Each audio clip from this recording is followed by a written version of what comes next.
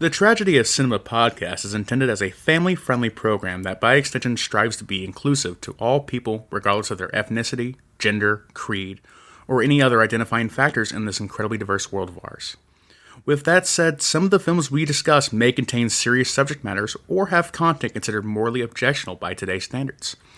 We do not intend to condone or dismiss these aspects of these films, but our primary focus will be on what we believe the film succeeds at, some fun facts, and our personal enjoyment factors of each film. With that said, we hope you enjoy the show.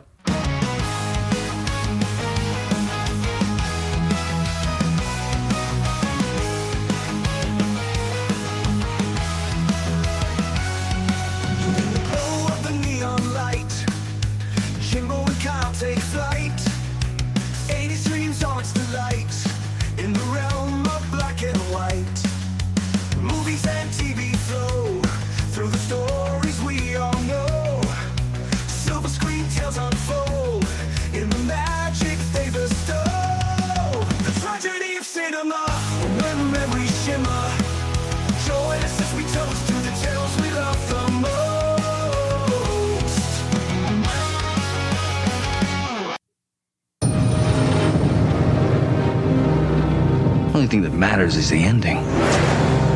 It's the most important part of the story. And this one is very good. This one is perfect. For Mort Rainey, every story is a window into another world. But some windows should never be opened.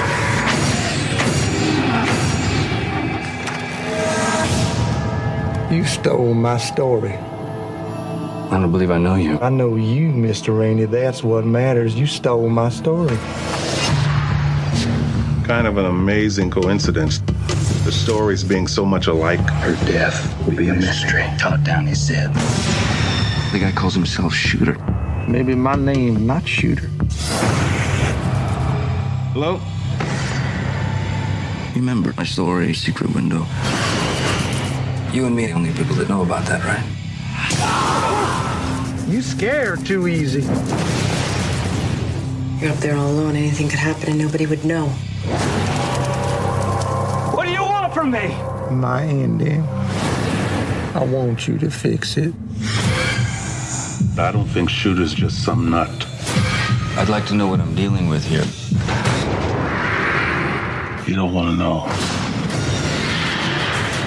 I will burn your life and every person in it like a cane field in a high wind.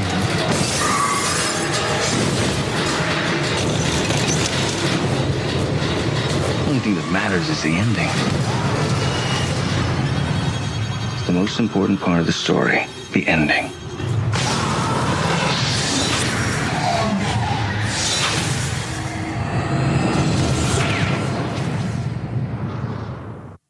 All right, guys, welcome back to the Tragedy of Cinema podcast. I'm your host, Jimbo, and I'm joined once again by my co-host. Hey, this is Bond in Texas. Bond, tonight we are doing a movie that I picked out from 2004. It's probably a lesser-known Johnny Depp movie some people may not have seen, and it is Secret Window. Bond, when was the last time that you had watched Secret Window before this? I want to say that I saw it on television maybe a couple years after 2004. Let's say 2008. It was one of those movies that, you know, you watch a movie and as it unfolds, you start to remember the scenes, but you couldn't really tell you what happens next. It's like, I don't know what happens next, but I know I've seen this thing before. Right. Is it something you've only watched probably one other time? Oh yeah, I think so. Definitely. Yeah, and how would you category this? Would you consider it like maybe some sort of drama, like a thriller, mystery? I was thinking like a thriller, man. This is one of those movies that adapts well for television. Mm-hmm. I thought it's not overly gory, so you're not going to miss a lot of parts if they edit it out. Mm-hmm. It's not filled with curse words, and so you can have the kids. This is a great introduction to thrillers to me. Yeah, there's no nudity, hardly any language that I remember. Very little blood, very little. There might be a little bit of animal cruelty, but we'll talk about that. R.I.P. Chico. Right. This is we're talking about Secret Window. It's a 2004 American thriller film starring Johnny Depp and John Turturro. It is written and directed by David Coep, based on the Stephen King novella 4 Past Midnight, Secret Window, Secret Garden, which, once again, I know I've read 4 Past Midnight, but I don't remember this story at all. So it's one of those things where I guess I should go back and read it. Don Coep's actually a pretty famous director and writer. He's written a lot of famous screenplays. Mm-hmm. I'm thinking Jurassic Park Lost World, Spider-Man, the 2002 version, War of the Worlds with Tom Cruise, Indiana Jones and the Crystal Skull, Indiana Jones, The Dial of Destiny. Okay, that was better. So, bigger movies. I mean, he's written a lot of big movies, screenplays for big movies of established, well-known franchises. Right? Here's some stats, Jimbo, on this one. This movie is, let's see, its release date was March 12th, 2004, with a running time of 96 minutes. The budget in 2004 was $40 million, which translates to about $70 million today. And the box office numbers, pretty good. Did $92 million in 2004. I was there. There you go. You're one of the 92 million. I am. And translates to about $157 million today. So you're talking made for 40, made 92, a little over doubled its money. So this movie saw a little bit of profit. Now, if you think of Johnny Depp movies, this movie was a flop because Johnny Depp movies make in the hundreds of millions of dollars. Mm-hmm. But this was a lesser known, darker thriller. Well, I thought his acting was amazing. I do believe Pirates of the Caribbean came out before this, and I think there's something in the trivia about them pushing this up to kind of ride the coattails of how hot Pirates of the Caribbean and the cast was at that time.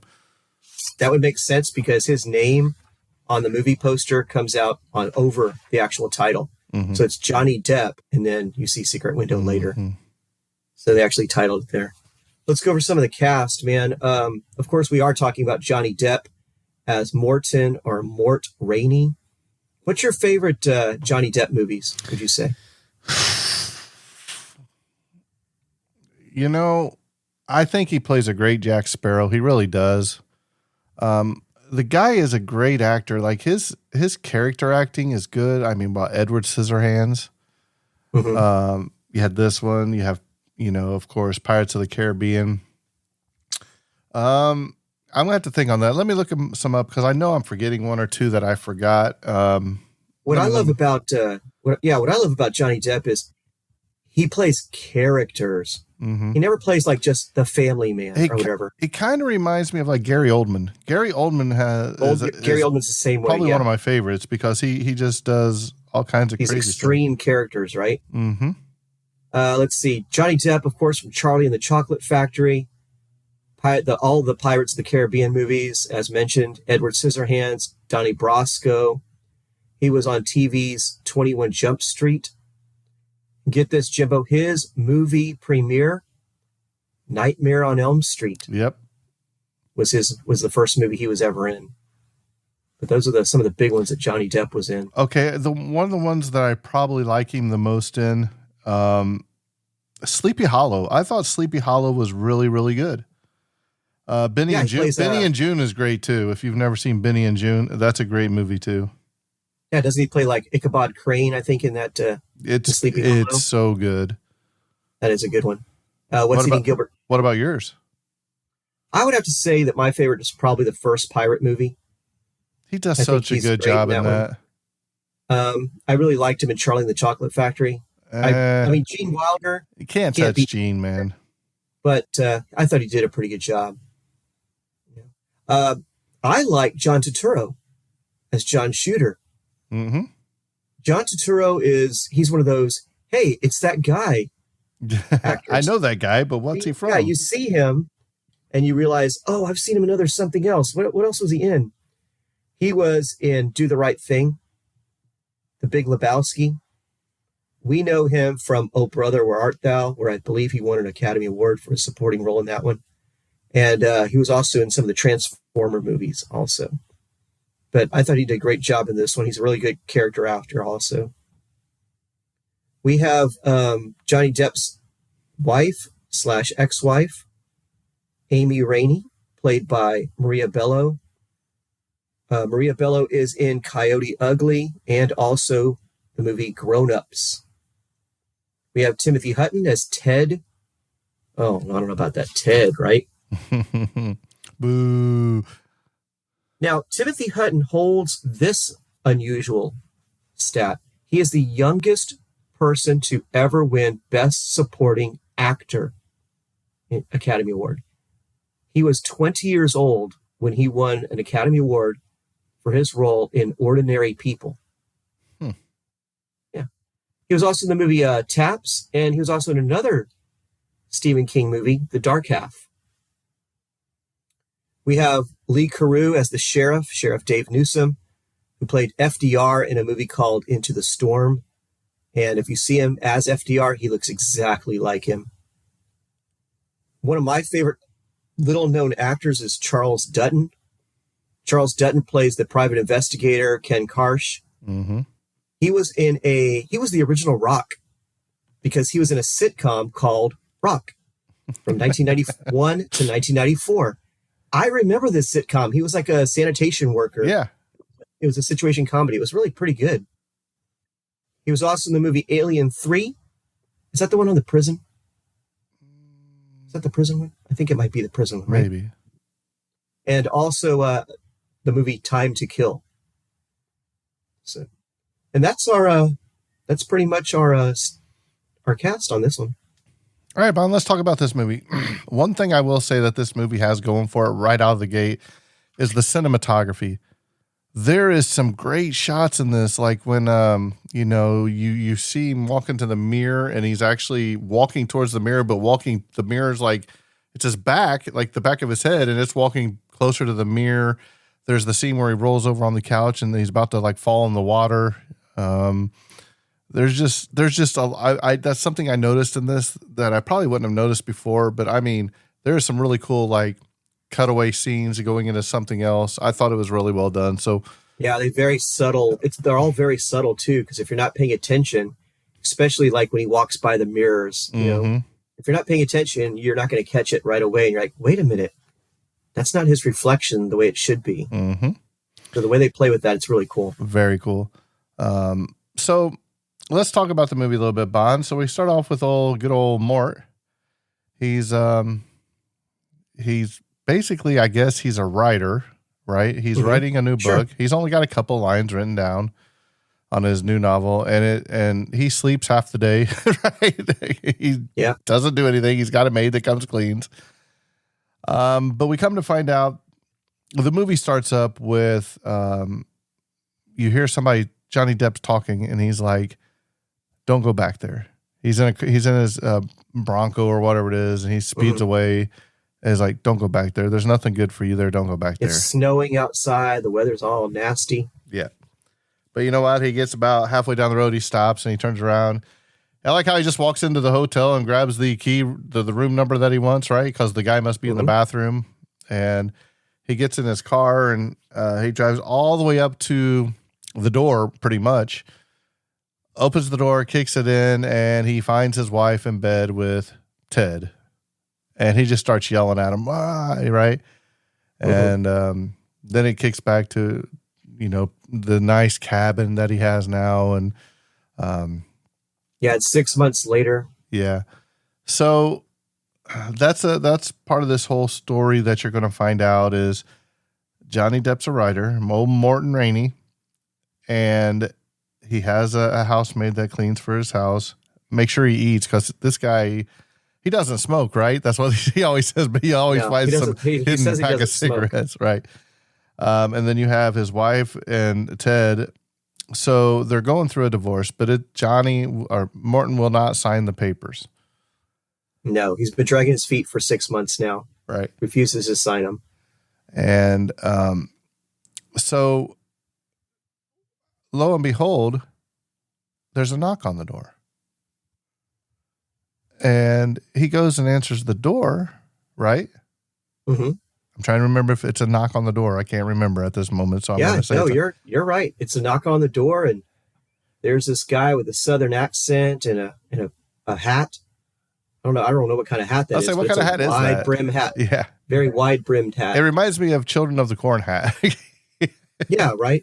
Almost like the hats like Mormons, kind of like the big old style Mormon type hats, I think.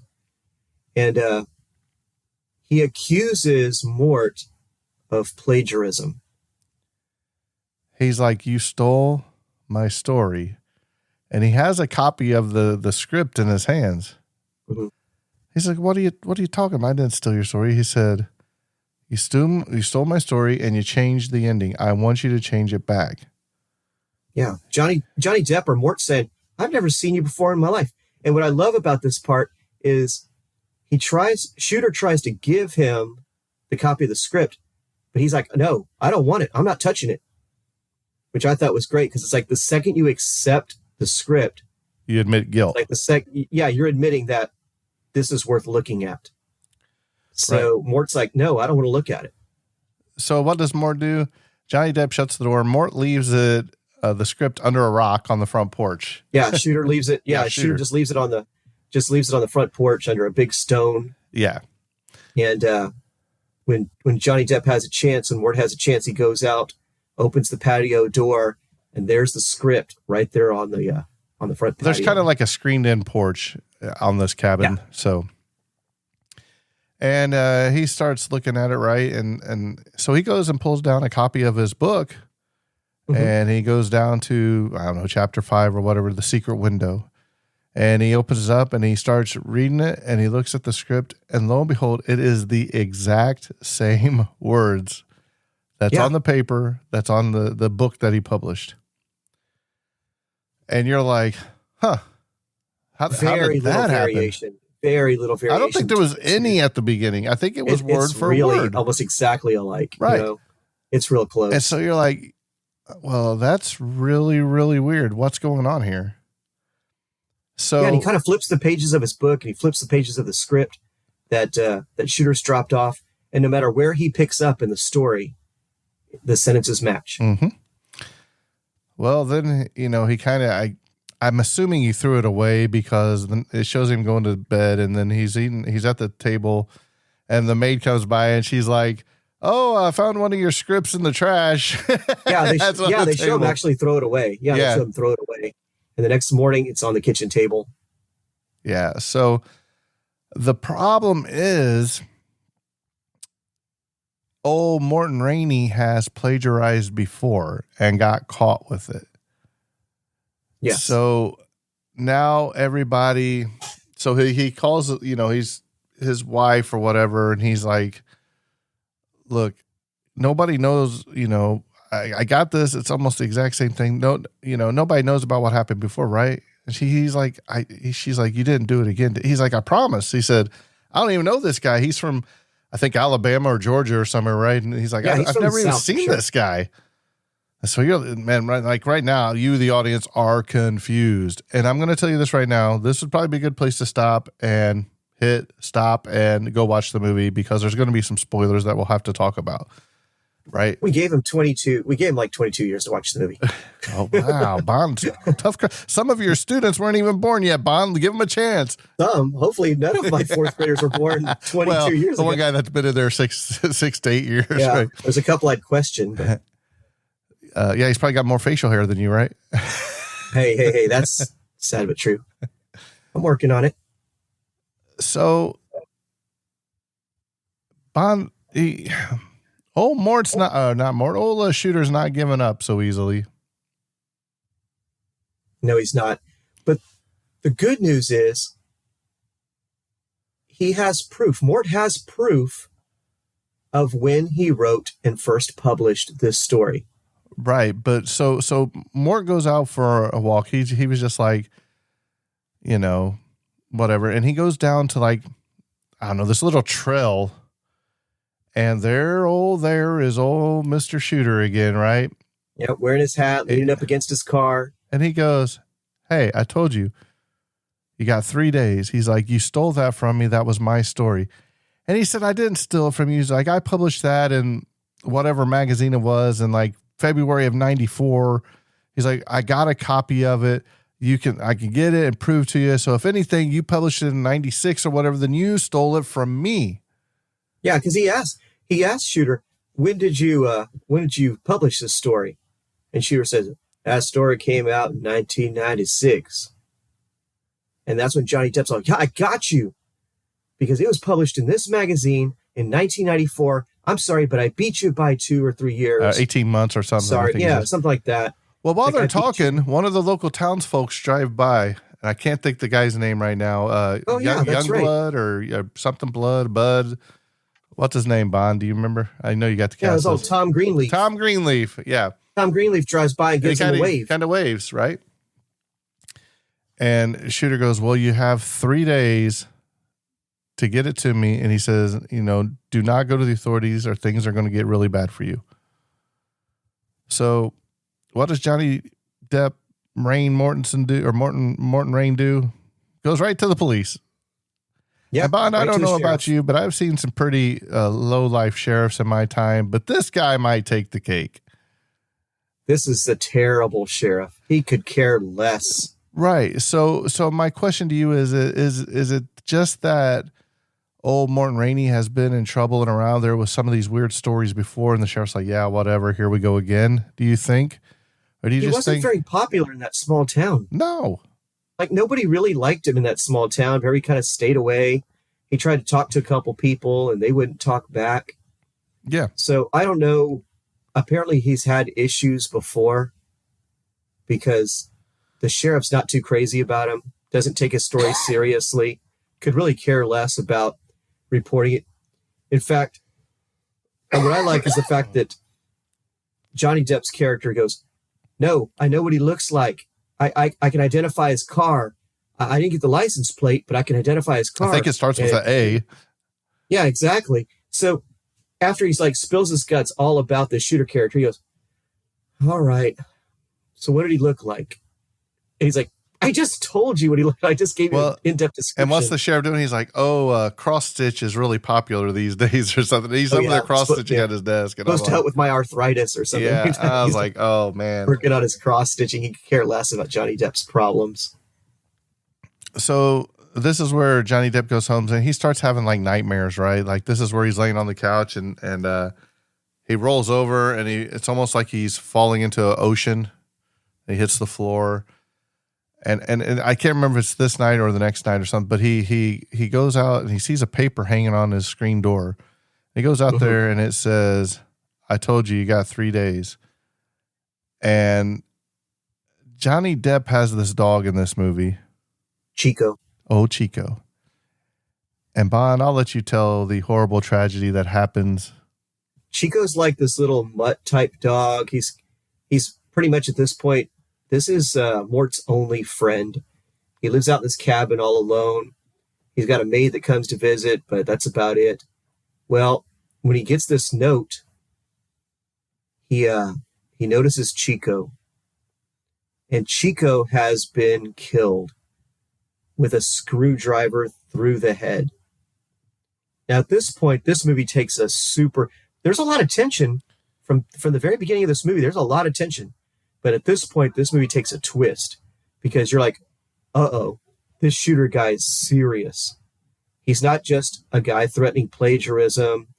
He's not just a creep.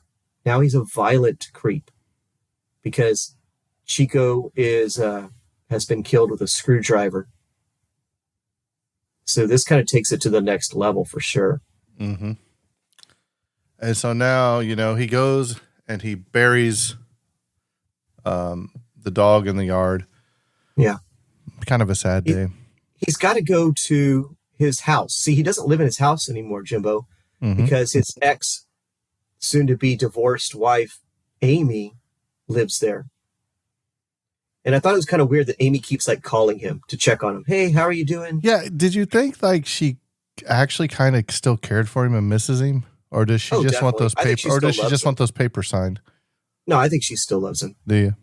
Yeah, I don't think she loves him enough to leave Ted or to go back to him. But I think it's one of those situations where I love him, but I can't be married to him anymore. I love him, but I'm sad that we're not together. Because she calls and she checks on his well-being. How are you doing? Are you eating? Those kind of things.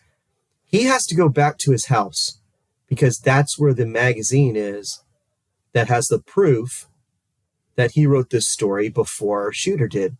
Mm-hmm. So his idea is to go to the house and get it, or at least have it mailed to him. Because I think when he's on the phone with her, he says, "Hey, could you mail it to me?"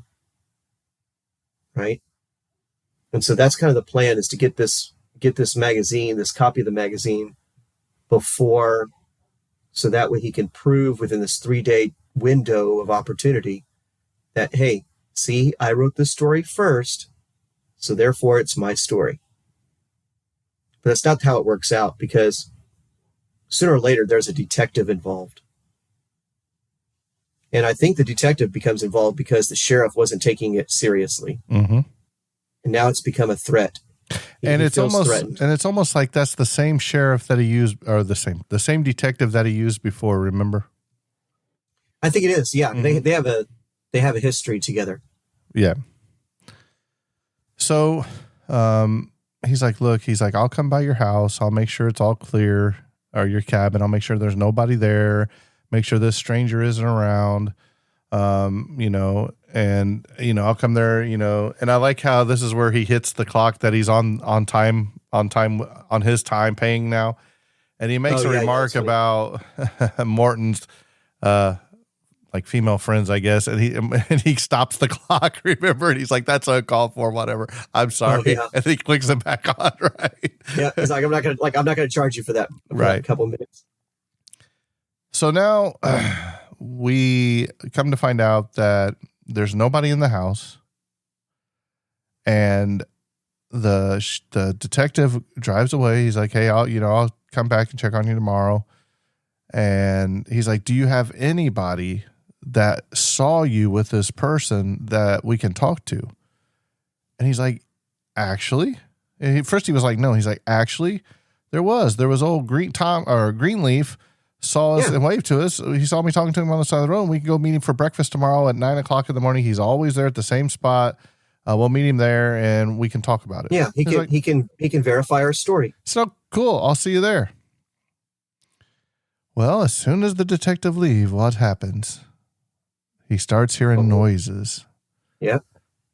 And he grabs a fire poker and he goes upstairs and he sees, looks like a black shadow in the bathroom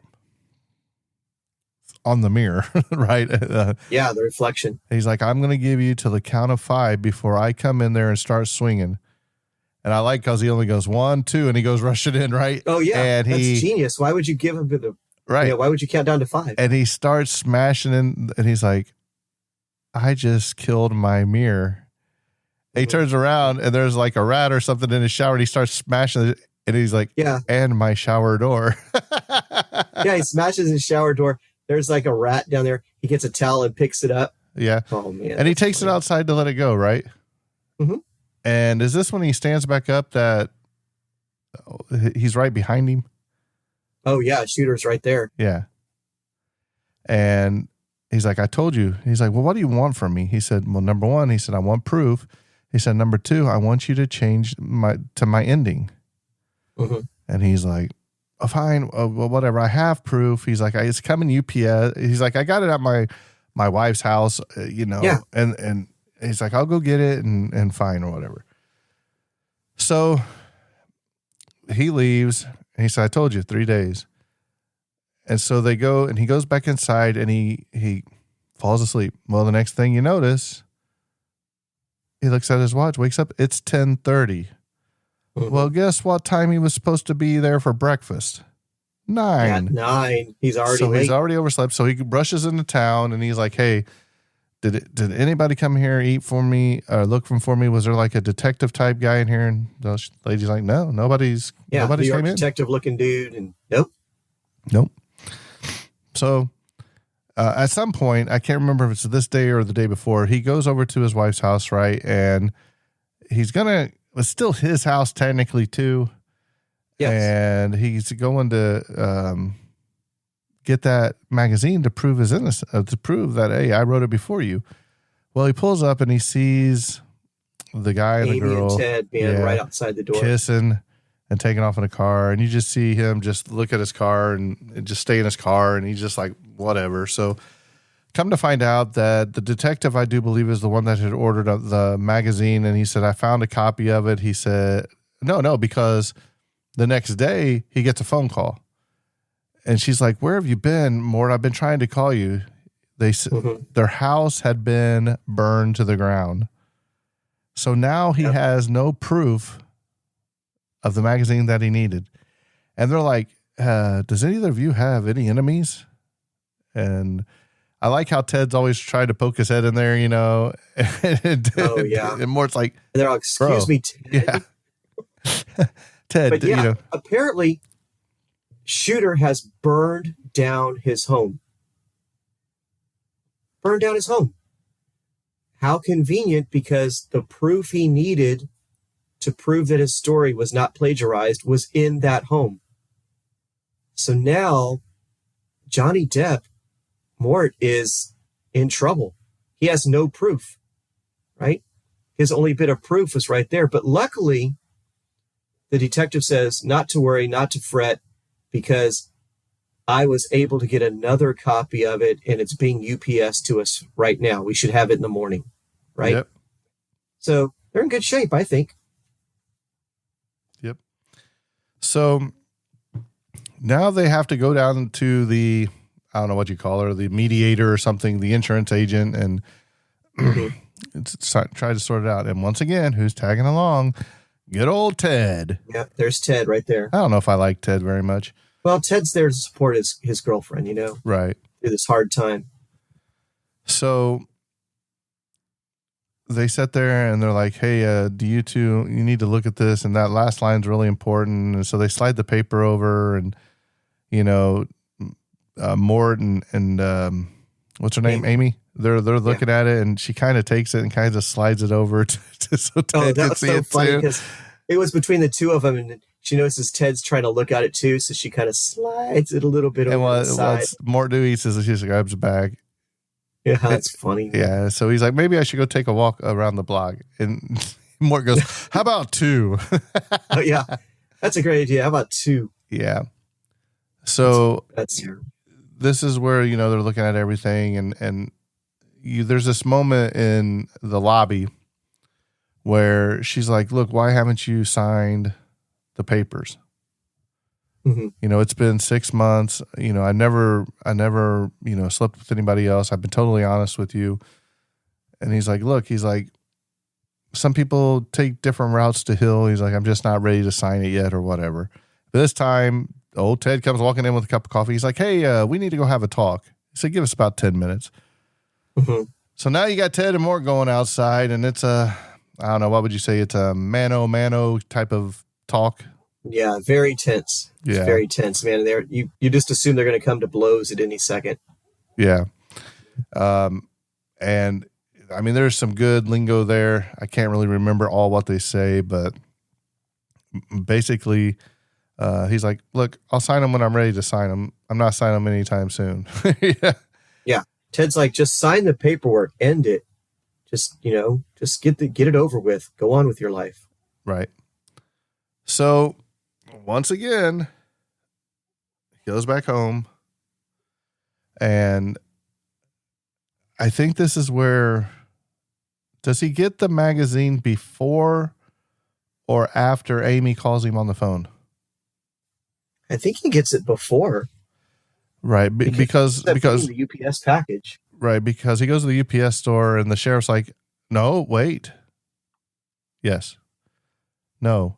Because he goes back home and Shooter, the phone rings and it's Shooter, and he says, hey, you remember when we were down there by the creek the other day, and I think you should come out here and see me. And what happens? He goes out there and he sees the old vehicle of Greenleaf. Mm-hmm. And he looks in, and there is Greenleaf with a screwdriver struck through his head, dead. Mm-hmm. And he kind of goes to the back window. He starts getting sick. He goes to the back window. There's blood splattered all over the window. And then there is the detective in the back with his throat slit. There's like an axe in the front seat, all bloodied axe. He's like, "Ooh." And Shooter tells you, he's like, I told you. He said, don't go to the police or there's going to be consequences. He said, now, I want that story and I want the ending changed. He said, you got till tomorrow. He said, if not, he's like, I'm going to burn down everything in your life, including Amy. I'm going to take care of a lot of people in your life that's going to get hurt. And he said, I got proof. It's coming. I was on my way to get it in the mail, blah, blah, blah. He's like, well, he says, looks like to me you got about 2 hours to get there, but you got a little bit of a mess to clean up. He's like, whose screwdriver do you think's in the head of boy there? So I thought it was pretty funny where he's trying to, so Shooter walks away. So he's trying to clean up and he's gets like a cheeseburger wrapper or something. And he's trying to, cover the eyes or whatever to pull it out. But then you see him, and I don't understand this part, but how did he get the car from point A to point B? Because he puts the car in drive and then he rolls it off like the side of a cliff into a water below. Mm-hmm. I don't know how he moved the car that far because there was. Yeah, I'm not sure. Yeah. But his hand gets stuck. His watch gets stuck on the shifter. Oh, yeah. That was And he's great. about to go over the side, too. Well, he was so careful as not to leave any evidence, but then his watch is in that truck anyway. His wristwatch is literally like attached to the car as it goes over the side of the cliff. Right. And I'm like, well, are you going to swim and go get your watch? Why? Because that's incriminating evidence, right? Yeah.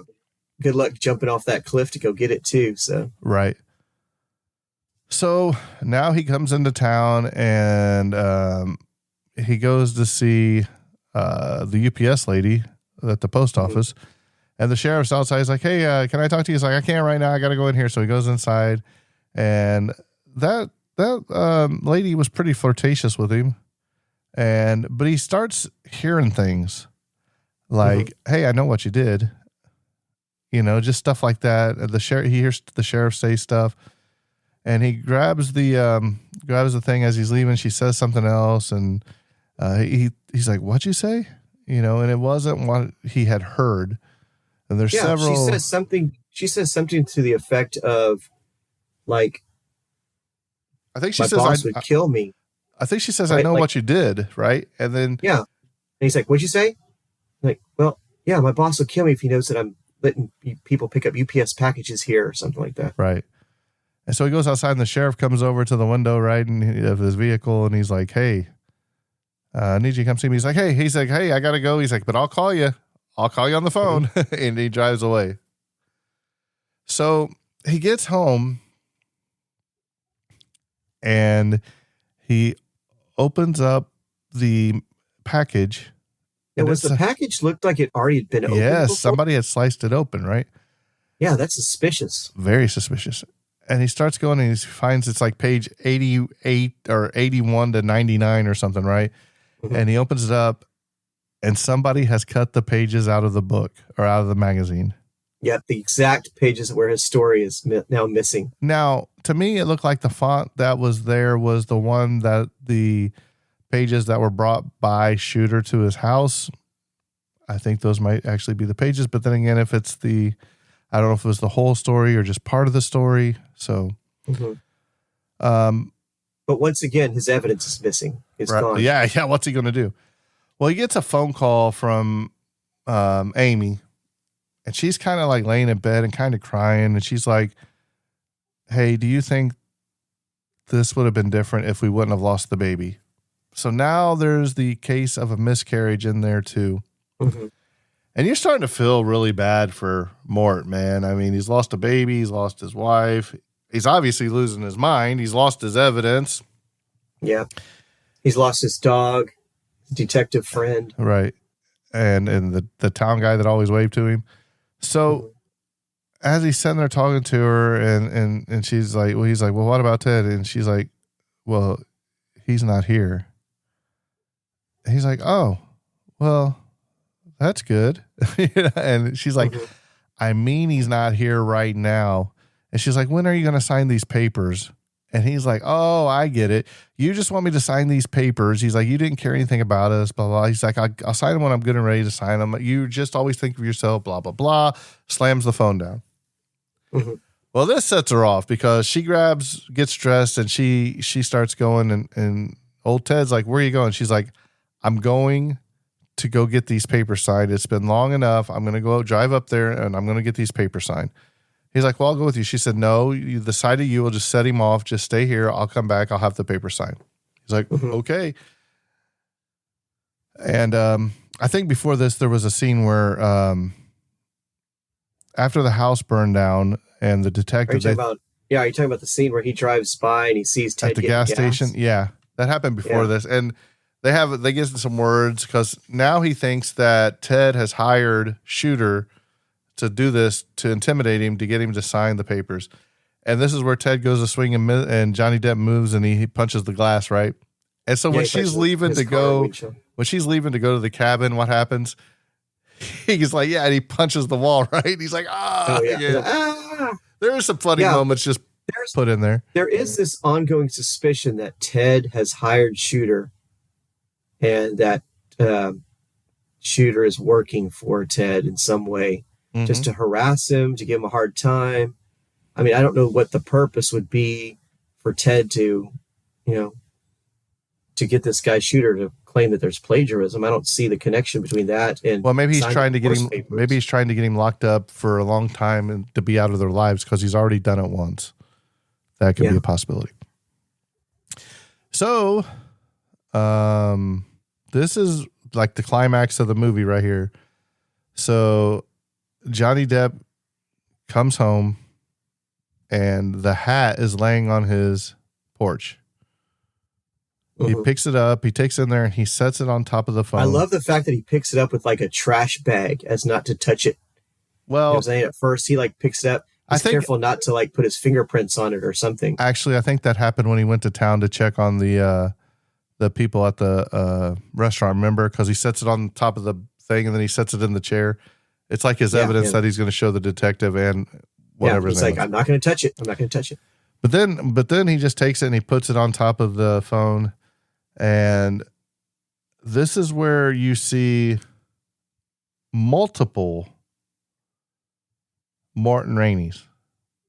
That part was so weird to me. It was pretty cool, though. It was like multiple personalities, but they're actually showing them. He's talking to himself, but the way they filmed it was amazing because it's like it was a conversation with himself, and he kept like popping up in different areas. Every time he would turn his head, there he was. He's like, you know what you're doing. He's like, that's why you burned down the house. Mm-hmm. And it shows like the flames in the background. It shows him like throwing the Molotov cocktail in there. Yeah, wasn't Ted from like Shooter's Bay or something like that? And he's like, and you there was no John Shooter. Said it was just you. Yeah, I love the flashback scene of Mort and Amy, and they're at like a flea market. It's like a yard sale, I think. Yeah, and he finds that hat and he puts it on his head, and he does like a little southern impression. It's like, hi, I'm John Shooter from Alabama. Yeah, I'm from Alabama. Right? Yeah. And so I love that scene because they're laughing and they're having a good time with it. And she thinks he's a goofball for wanting to buy that hat. Right. So it's pretty cool that that was the day he's like, don't you remember you created me? So that day right there is when John Shooter was created. And it shows him when he's like, yeah, don't you remember? He's like, because it shows him in the car with Greenleaf and the detective. And as they're driving by, he's like, well, that's what I tried to tell the sheriff. He's like, I saw you there. He's like, but you were there by yourself. There was nobody else there. And that's where he takes the screw. It's pretty cool because he takes the hatchet with one hand, shoves it in the back, and he stabs the guy in the head with the screwdriver at the same time. It was pretty cool. Take them both out that quickly. And then you see where it's so cool when he picks up that hat, right? And he puts the hat on, dude, and he looks up, and you can just tell he's totally transformed into the Shooter. That is so hard to pull off with just a hat and a look.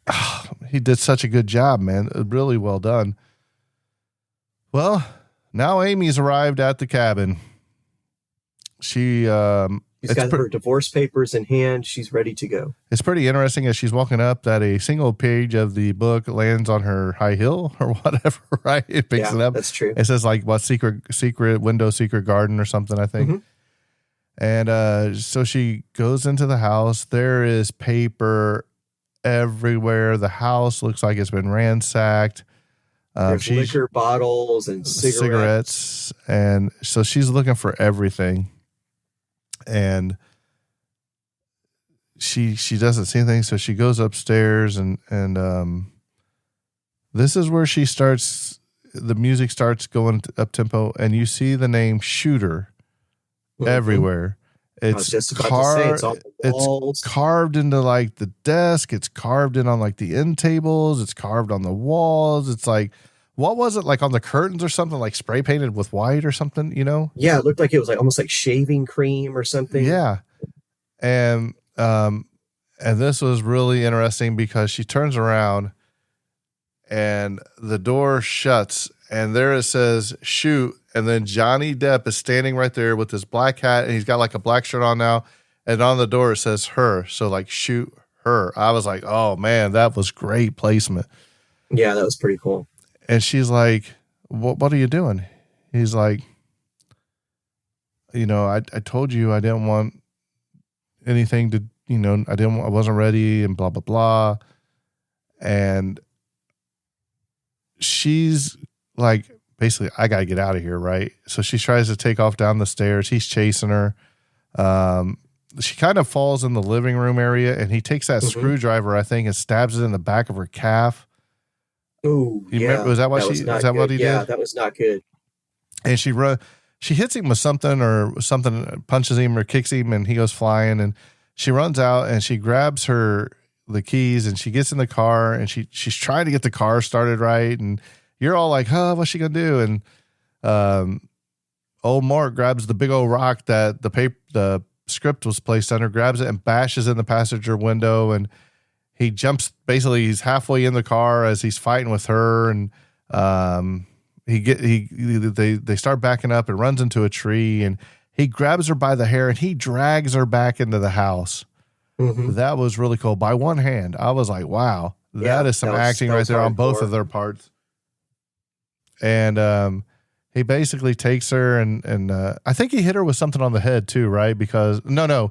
So he takes her around the back. They go to the back and he throws her to the ground and her head hits on a rock face first, like the top of her head. And so she kind of rolls over. She's kind of dizzy. He's got a shovel in his hand now. And he's like, please, you don't have to do this, and he gives the thing. He's like, but I got to finish the ending.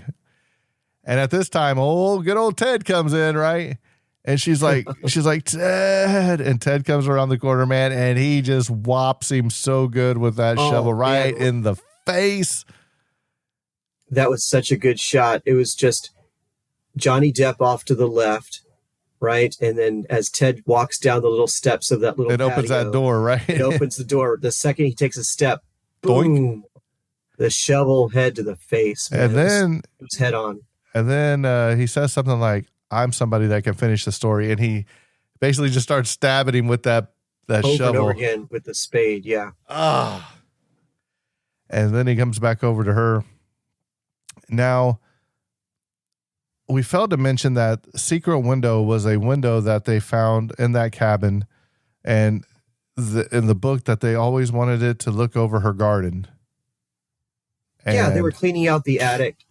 And when they first got that little cabin out in the woods, out by the lake, they were moving furniture around in the attic, and they were like, this could be your writing space. And that would be like his little place to write books and novels and whatever. And as they're moving the furniture, they noticed this little perfect square, maybe a 2 foot by 2 foot little window. It's just a little thing. Yep. And the plan, you're right. The plan is Amy looks out the window and says, oh, what a perfect place to put my garden. Yep. And the ending that Shooter wanted in the book was something about eating corn on the cob. What was it? Something about eating corn on the cob, blah, blah, blah, salted and buttered and So you see him going to town, and he buys a thing of Morton salt. He buys a big old thing of butter, and he buys some corn. Well, the sheriff comes out to the house. This is like, I don't know, what was it, a couple days, months later? What, I don't remember what it said. Yeah, it's a missing person thing. The sheriff pretty much says, I can't prove yet that you've done anything. He's like, I know you did something with those bodies. He's like, and we will find them, but I just don't have enough of evidence to take you in yet. He's like, do you understand what I'm saying? He's like, whatever. Yeah. And it shows him eating corn on the cob. Right. I love the way he butters up the corn. Oh, yeah. He takes the little corn holders and he sticks it on the end of the corn on the cob and he rolls it across the butter. Oh, yeah. And the way the movie ends is it goes from that through that window, and it goes down into where he's planted that corn, and then it kind of goes into the soil, and the movie ends. And no, it doesn't end because it comes back up, and Johnny Depp's taking a bite of the corn. Right? So he finished the story that he wanted the ending changed. So I thought that was pretty cool. So let's go ahead and talk a little bit about some of the trivia in this. Okay. So in the scene where Johnny Depp burst into the, remember when Maria and Timothy Hutton are in the motel bed, David Cope wanted Bello and Hutton to look shocked and scared. He made them both lie in bed for 15 minutes before Depp rushed in. The production crew set up large speakers that blurred static noise when the script called for them to be scared. The lights in the room were also rigged to go on when Johnny Depp opened the door, startling the actors further. No one knew exactly how to act. So now that's really what the true scared and shocked that they were all doing. That's pretty smart. Yeah. John Turturro decided to appear in this movie because his son was a big Stephen King fan, and he asked him to. Stephen King traded the rights to this movie in order to get the rights to Kingdom Hospital.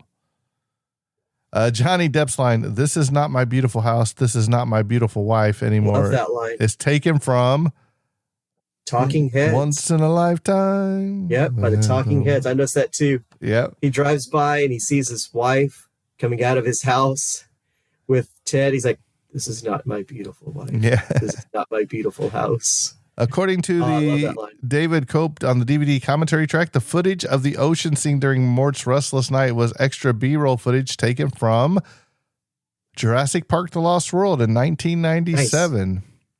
Johnny Depp's character's name is Mort Rainey. Toward the end of the movie, this character purchases 3 items at the grocer's. One of them items is a box of Morton's salt, whose motto is, "When it rains, it pours." Thus, Morton Rainey.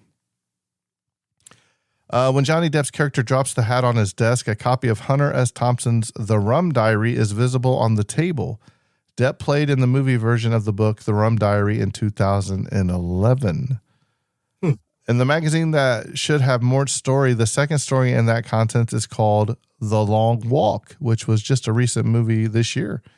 It's one of my favorite short stories by Stephen King. This is also the title book by Richard Bachman, who is also the pseudonym for Stephen King. This is one of the few Stephen King movies that was rated PG-13 instead of rated R, which is pretty interesting. James Newton Howard was going to compose with Hans Zimmer, but when he was replaced, Zimmer bowed out as well. So Philip Glass and Geoff Zanelli came into the project instead. Johnny Depp started production of Secret Window following the completion of filming Pirates of the Caribbean: The Curse of the Black Pearl. Ving Rhames was offered a role but turned it down due to scheduling conflict. Would you like to see no Ving Rhames in here? Yeah, was he going to be the detective, or was he going to be? I would say, but you say sheriff? Maybe, I don't know. By the way, this Johnny Depp and Lynn Carew, they have both played Sweeney Todd. You ever seen Sweeney Todd? Oh, that's true. They are. Yes, I love Sweeney Todd. Well, I love the Johnny Depp Sweeney Todd. I can't say that I've ever seen the other version. Yeah. But he was in like the stage version, I believe. Johnny Depp and director David Cope share the same birthday, so I thought that was pretty good too. Cool. David Cope wrote the screenplay for Jurassic Park, in which 2 children outwit velociraptors by hiding inside a cabinet and locking one in a freezer, both in homage to another Stephen King adaptation of The Shining. So Bond, there's some other stuff, some little, spoilers and a little bit of, what do you call them, like goofs and all that. But Yeah. by the way, one thing that was funny when a shooter tells Mort that he looks like the kind of guy who's on the lookout for a head he can knock off with a shovel is exactly how he kills Mort or Ted. Sorry. So go ahead, Bond. I'll let you give us our thoughts, feelings, ratings, and reviews and your prop piece for this movie. Yeah, no problem, man.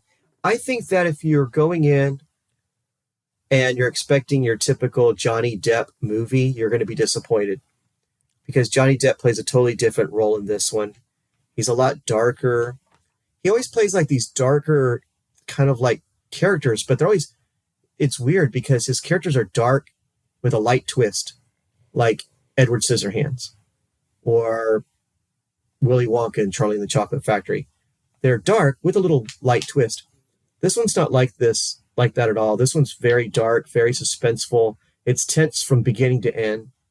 It's a delightful movie. I do agree with the PG-13 rating.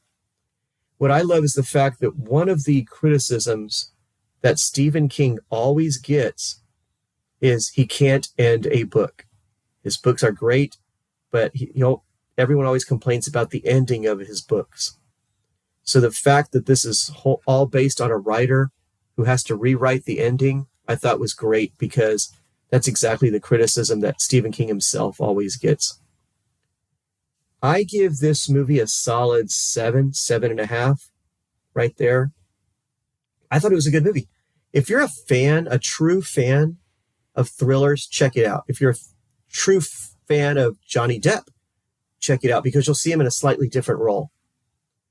And I think that's kind of fun, is to see the way how talented he is and how he can expand. And that's really hard to do. All the time you see these actors that only play one type of character over and over again. Johnny Depp's not like that. He takes risk with his scripts. He takes risk with the projects that he picks up. And I liked it. I thought it was a pretty good movie. If you want to introduce someone to Stephen King, this is a good one. Mm-hmm. If you want to introduce someone to thrillers who doesn't like the gore and the over violence and whatever, I think this is a good lighthearted thriller. My prop piece, okay, get this, Jimbo. I was thinking about it. My prop piece, his robe. I want that ratty robe that he's got wears. holes all in it and everything. Yeah, it's like his right sleeve is falling off in the back. It's all tattered and torn. Oh man, that thing looks ragged, but it looks super comfortable. And I think it'd be hilarious to have that ratty, torn up old robe that he carries around all the time. Yeah. I remember going to the movie theater to see this and I walked away impressed. Number one, it was something new and original. Johnny Depp's a great actor. This whole movie is actually acted very well by everybody involved in this. You act like it feels like you're just part of this small town trying to figure out what's going on here. You actually care about Johnny Depp's character. You care about the wife and Ted, not so much, right? But you're trying to figure out, okay, so we know he's done this before. Is this him doing it again? He actually did steal somebody else's thing just because he needs money and he's trying to win his wife back. What's going on here? Or is this Ted doing this because he wants him to sign the papers and just get out of their life so they can move on with their life and start a family, whatever? So I'm right there with you, man. This is at least a 7.5 for me as well. I like this movie. I like it a lot. It keeps you, the suspense is great. Even since I haven't seen it in so long and I went back and watched it, I still enjoyed it. It holds up actually very well for the time. So definitely give this a shot if you haven't. And my prop piece, Bond, you may have blinked and missed it, but at the very beginning, he's sitting in his chair trying to decide what to write after that one paragraph. I'm taking the good old Slinky. Oh, I remember that. He's got the Slinky back and forth in each hand. He's trying to come up with something to write. Yep. So I thought you were going to take a pack of smokes with one smoke left in it. No, I'd take the full pack if I was taking one, right? Yeah, so give me the old Slinky. So if you haven't watched this movie, definitely give it a shot. So we are the Tragedy of Cinema Podcast. You can find us on social medias at the Tragedy of Cinema Podcast group on Facebook. You can message me or Bond. We're both in that group. If you want us to cover a movie or if you want to come on and be a guest, hit us up at thetragedycinema@gmail.com. We're more than happy to set up something. We'll even do a Zoom call with you. to calm your nerves beforehand. Bond, you got anything else to add to our ending? No, I'm excited. I thought that was a great movie, and I can't wait to see what we cover next. Don't worry, because it's Bond picks. So with that being said, I think this episode's coming to a close, and that's a wrap. And cut. The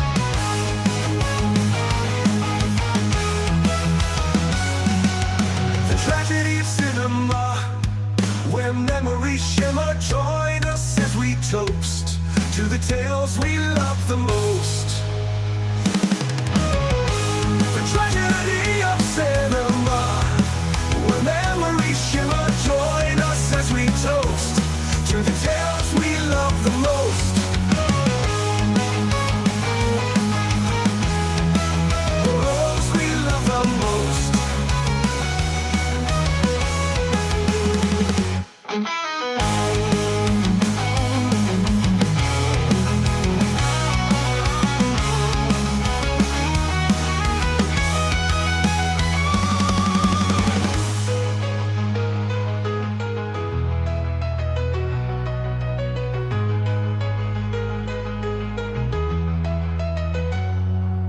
The tragedy of cinema, when memories